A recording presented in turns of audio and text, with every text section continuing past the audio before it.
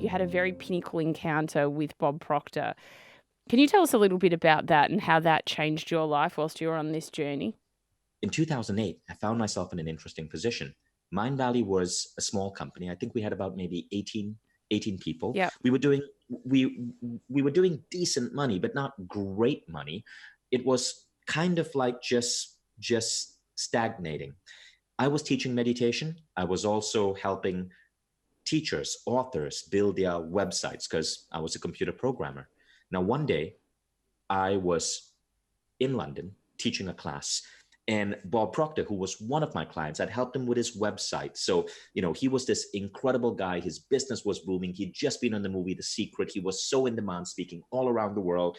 And I was so honored that he had asked me to help him with his back end website, the coding, the programming. So when he knew I was in London, he said, "Hey, Vishen, why don't you come join me for lunch?" So I joined him for lunch and he said, "Vishen, what brings you here?" And I said, "Well, Bob, I'm here and you're going to be so proud of me. I no longer just build websites, I actually teach." And he goes, "That's fantastic. How many people do you have in your class?" And I said, Mm. 30. And he goes, "Well, that's kind of small. What are they paying you?" And I mentioned this really, really tiny number. And he said, "So let me put this straight. So you've flown all the way to London and you're gonna make $2,000 to $3,000." And I go, "Yeah, isn't that amazing? And I love what I do."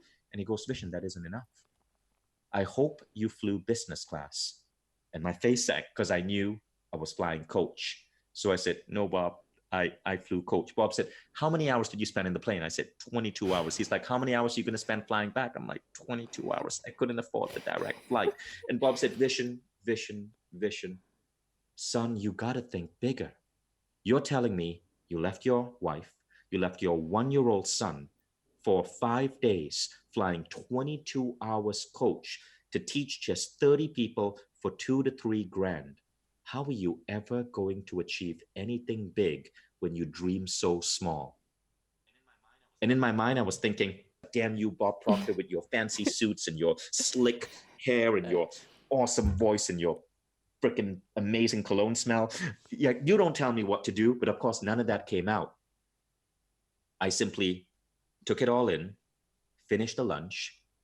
I taught my class Saturday and Sunday. And on Monday, I quit.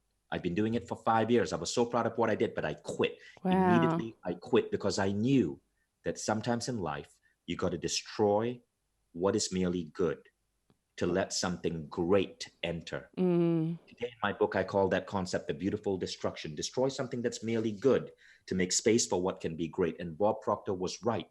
Now, I went home that day, I got on Facebook, and I decided to change my Facebook about page to add a quote by Bob Proctor. And the quote was this, and it's now been 11 years. It's the same quote on my Facebook page. You can check it out. It simply Yeah. says, "Ask not, am I worthy of my goals? Ask, are your goals worthy of you?"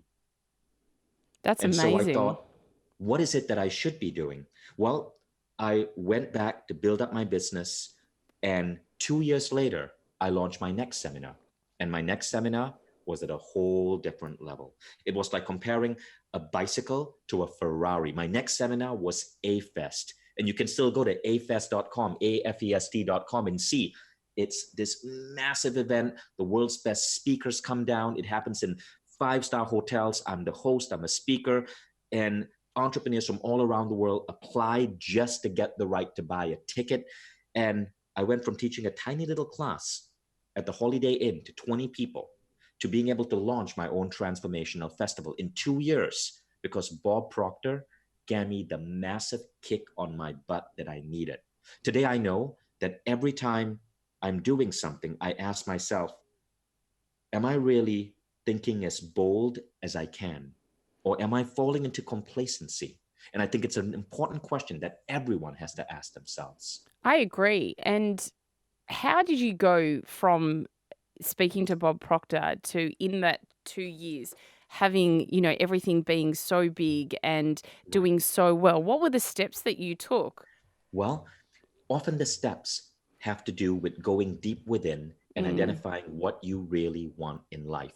A lot of us set really superficial goals. Now, the approach now, after Bob Proctor, this was 2008. In 2009, I was lucky enough to stumble upon Lifebook. Lifebook is the world's most advanced goal setting program. And today, Mind Valley, my company, just full Yes. disclosure, We Run Lifebook. We're the sole exclusive um, um, team that runs Yes. Lifebook. And the founder of Lifebook is a dear friend. So I took Lifebook in 2009. And what Lifebook makes you do is it makes you look at your life from 12 different categories. And in each category, you spend hours going really, really, really deep. For example, let's look at love relationships. Yes. You would go really deep to identify what is your vision for an ideal relationship. Then you'd look at what are your beliefs about love, and you'd really analyze those beliefs, because so many of us grow up and take on BS beliefs about love, beliefs such as relationships are ultimately going to hurt you, or beliefs such as all men cheat, right? Mm. So we look at first your vision, then your beliefs, then you look at your why. Why is it that you want that vision?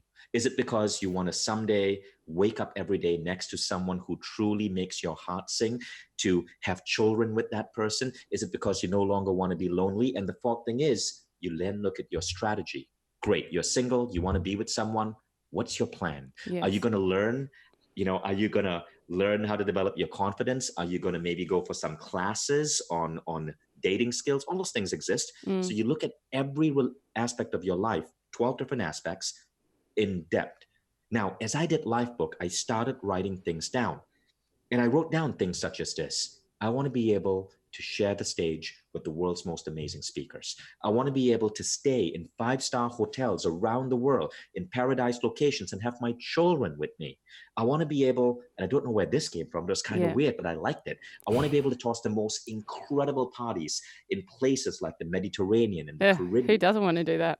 and Greece. I want to have an incredible tribe of wonderful, inspiring friends from all around the world. Now, what was funny is that was 2009. In 2010, all of those things started coming together. And I believe what was going on is that when you give your mind Mm. these type of goals, there's something going on in the back. It could be your subconscious, Yeah, it could be higher subconscious. intelligence. We can't explain it, Mm. but things started happening, synchronicities, coincidences, the right connections.